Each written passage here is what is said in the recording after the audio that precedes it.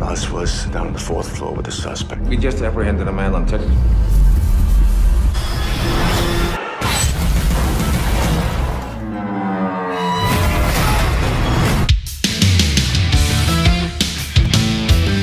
Halo semua, balik lagi di Layar Aksi ID. Kali ini kita bahas kisah seorang polisi Copenhagen yang hidupnya berubah total gara-gara satu hal. Rekannya dihabisi oleh pria misterius. Tapi tenang, ini bukan cerita cinta yang gagal. Ini kisah balas dendam penuh aksi dan peluru beterbangan. Lantas bagaimana aksi balas dendam tersebut berlangsung? Inilah alur cerita dari film.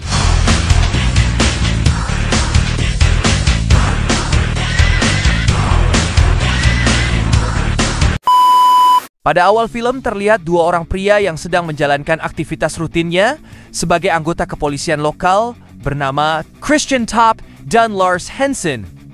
Suatu hari, Hansen dipanggil oleh istrinya yang meminta tolong untuk dibelikan sesuatu saat ia pulang nanti. Menyadari bahwa Hansen dan istrinya sedang memasak makanan yang lezat, Christian memutuskan untuk ikut bersama mereka dan makan malam di rumah Hansen. Namun kebersamaan itu tidak berlangsung lama karena kekasih. Christian tiba-tiba menelepon dan memintanya pulang. No, I won't go. She can go alone. I should get going. Someone has a date. You sound... Could you be a darling and take out? Malam harinya, Hansen terlihat masih terjaga dan tampak sedang memikirkan sesuatu. Keesokan paginya, ia dan Christian menerima tugas baru untuk menyelidiki sebuah kasus di lokasi tertentu. Dalam keadaan terburu-buru karena sedang bersama kekasihnya, Christian tanpa sadar meninggalkan senjatanya di rumah. Mereka mendapat perintah untuk mengamankan seorang pria bernama Farok Haris yang dikabarkan berada di tempat yang akan mereka datangi. Setibanya di lokasi, keduanya bertemu dengan seorang pria yang tampak kacau dengan darah menempel di sepatunya. Christian yang mengenali pria itu sebagai Farok langsung berusaha menangkapnya. Setelah pengejaran singkat, Farok terjatuh dan berhasil diamankan.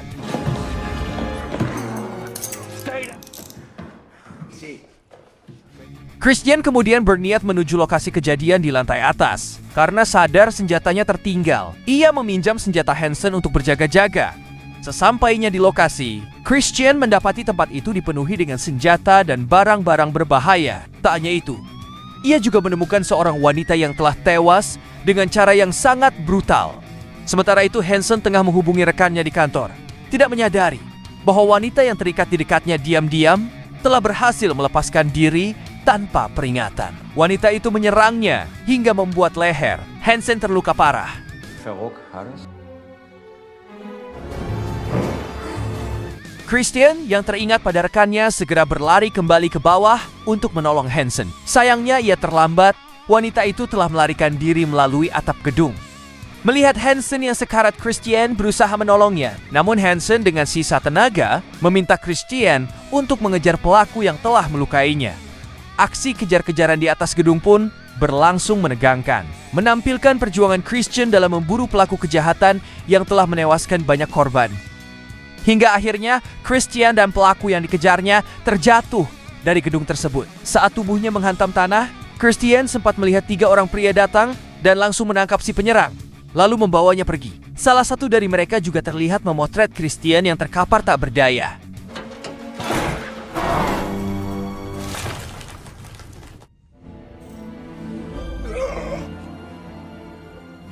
Beberapa waktu kemudian, Hansen dibawa ke rumah sakit dalam kondisi kritis. Seorang polisi wanita datang dan terkejut melihat keadaan Hansen yang mengenaskan. Sementara itu Christian, yang merasa bersalah atas kejadian tersebut, dipanggil oleh atasannya untuk dimintai keterangan dari hasil penyelidikan. Terungkap bahwa pria yang dikira Christian sebagai Farok ternyata bukanlah orang yang mereka cari. Pria itu adalah Ezra Tarzi, seorang imigran asal Libya sekaligus mantan pasukan khusus. Orang tuanya pernah dibunuh oleh seorang komandan pasukan radikal bernama Aldin yang nantinya akan berperan penting dalam cerita ini.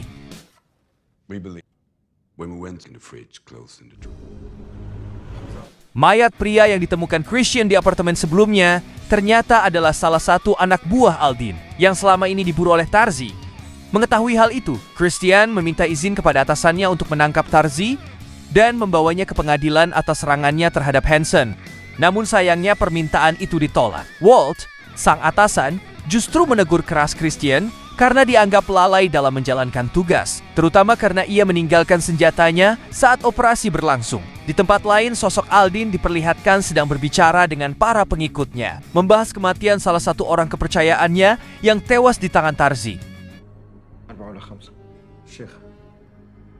Tak lama kemudian, Christian yang baru tiba di rumah menerima panggilan dari seorang petugas wanita bernama Alex Bob yang ditugaskan oleh Walt untuk melanjutkan kasus yang sebelumnya ditangani oleh Hansen. Dalam pertemuan awal mereka, Alex terlihat sedikit menekan Christian dan mengkritiknya karena dianggap ceroboh saat bertugas. Sementara itu, Tarzi yang sebelumnya diculik oleh sekelompok orang misterius ternyata dibawa ke tempat seorang pria bernama Joe, anggota intelijen yang tengah menyelidiki jaringan teroris Aldin. Joe percaya bahwa Tarzi memiliki banyak informasi penting tentang Aldin. Karena itu, ia berusaha memaksa Tarzi untuk bekerja sama dalam menjatuhkan sang teroris. Awalnya, Tarzi menolak keras tawaran tersebut. Namun, ketika Joe mulai mengancam keselamatan keluarganya, Tarzi akhirnya terpaksa menyetujuinya.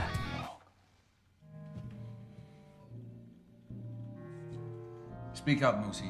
Di sisi lain, Alex yang kini menggantikan posisi, Hansen terlihat mengadakan rapat bersama timnya untuk membahas kelanjutan kasus yang sedang mereka tangani.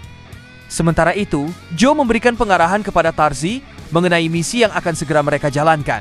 Cerita kemudian beralih ke kota Brussels, di mana Aldin tampak sedang melakukan cuci otak terhadap seorang wanita agar mau menjadi alat dalam aksi teror yang akan ia lakukan. Sebelum melancarkan aksinya, kelompok Aldin selalu merekam dan mengedit setiap tindakannya untuk kemudian disebarkan secara online, guna menebar ketakutan dan menunjukkan kekuasaan mereka.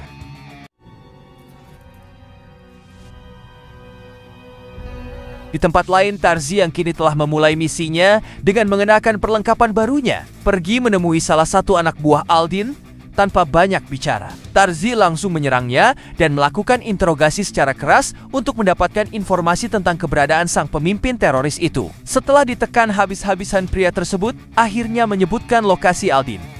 Namun bukannya memberikan informasi lebih lanjut, pria itu justru melakukan perlawanan dan memilih mengakhiri hidupnya sendiri dengan melompat dari atap gedung sebelum meninggalkan tempat itu. Tarzi menemukan beberapa ponsel bekas dan dokumen rahasia milik pria tersebut. Ia segera membawa semua itu dan menyerahkannya kepada Joe, sang agen intelijen.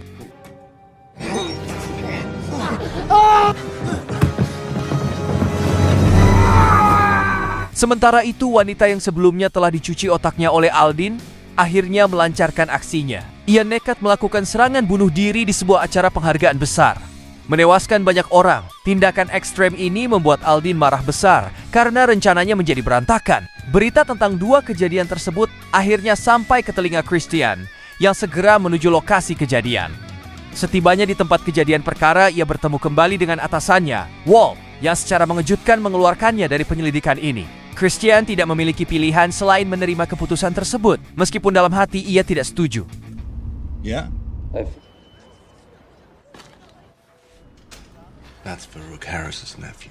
Namun lewat bantuan salah satu rekannya di kantor, Christian mengetahui bahwa Aldin baru-baru ini terlihat di kota Boso. Menyadari bahwa Tarzi kemungkinan juga akan menuju ke sana, Christian akhirnya memutuskan untuk berangkat tanpa izin resmi. Ia mengajak Alex untuk pergi bersamanya memburu Tarzi dan menghentikan jaringan Aldin. Sebelum mereka berangkat, adegan menegangkan muncul ketika Alex mengunjungi Hansen yang masih dirawat di rumah sakit. Dalam pertemuan itu, Hansen akhirnya mengungkapkan sesuatu yang mengejutkan, bahwa selama ini ia memiliki hubungan spesial dengan Alex. Alex. Tak lama kemudian, Joe menemukan petunjuk baru dari salah satu ponsel milik anak buah Aldin yang sebelumnya ditemukan oleh Tarzi.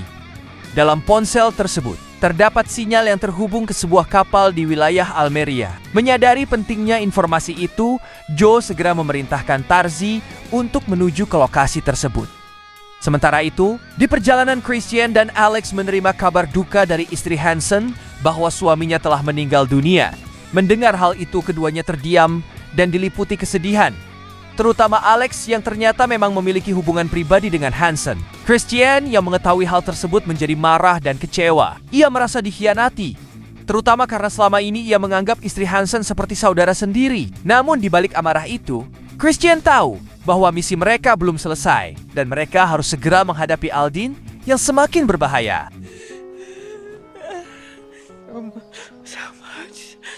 What are you talking about? It's not what you think.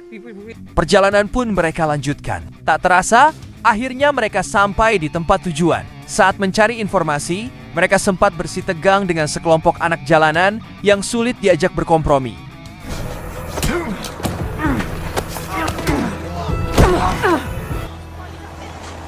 Setelah itu, mereka kembali mendapat kabar tentang keberadaan Tarji melalui salah satu teman Christian yang bekerja di kantor. Diketahui, Tarji kini berada di Almeria untuk melacak sebuah tempat yang berkaitan dengan Al-Jin. Singkat cerita, mereka berdua segera bergegas menuju lokasi tersebut menggunakan pesawat terbang. Di dalam pesawat, sebuah kebenaran terungkap. Melalui foto di ponselnya, Christian akhirnya menyadari alasan Alex begitu menyayangi Hansen, yang ternyata Alex sedang mengandung anak Hansen.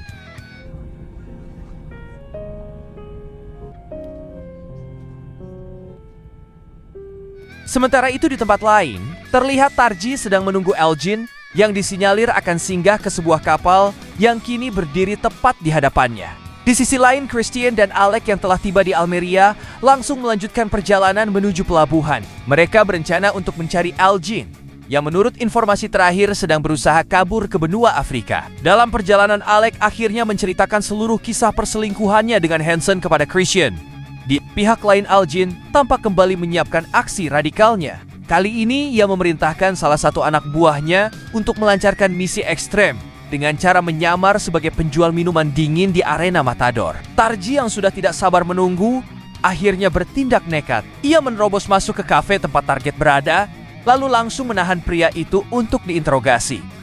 Namun sayangnya hasil interogasi tidak membuahkan apapun. Target tetap bungkam dan menolak memberikan informasi. Saat itulah Tarji menyadari bahwa anak buah Al-Jin sedang menyiapkan misi pengalihan yang berbahaya. Salah Aldin. Mengetahui hal tersebut, Christian dan Alec memutuskan untuk menyelidiki lebih dalam. Mereka berdua berpisah. Alex masuk ke lokasi acara dengan maksud mengikuti pria yang diduga akan melakukan eksekusi. Sedangkan Christian pergi mengikuti Aldin dan beberapa anak buahnya yang menuju ke sebuah atap gedung tak jauh dari lokasi Colosseum. Dari sana, Aldin memantau aktivitas para anak buahnya yang sedang menjalankan misi di dalam gedung tersebut. Salah satu anak buah Aldin terlihat membuat pengalihan dengan cara menimbulkan kegaduhan. Ia sengaja meninggalkan sebuah tas misterius yang kemudian dicurigai oleh para petugas sebagai bom. Sementara itu, eksekutor utama telah tiba di area tribun penonton. Tanda bahwa rencana ekstrem itu siap dilaksanakan. Dengan menggunakan kamera drone, Aldin bermaksud merekam seluruh aksi tersebut sebagai bagian dari propaganda mereka. Namun, Christian datang tepat waktu. Sesaat sebelum sinyal merah pada drone diaktifkan, ia berhasil melumpuhkan Aldin dan salah satu anak buahnya.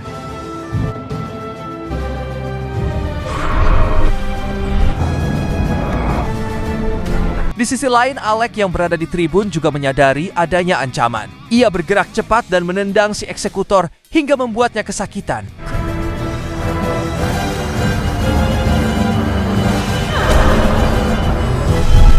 Christian segera mengambil tindakan untuk menghentikan kendali drone. Berkat kerjasama mereka, misi ekstrem itu berhasil digagalkan. Drone yang kehilangan kendali jatuh dan menimpa si eksekutor, membuatnya terluka parah.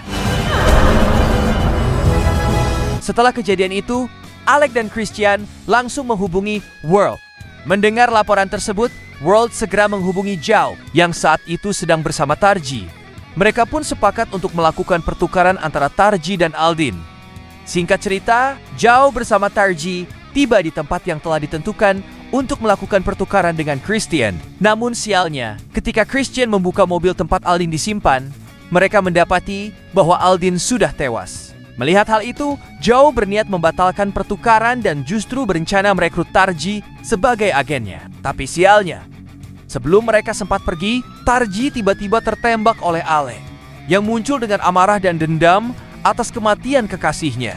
This kind of talent. It's personal. How'd you know?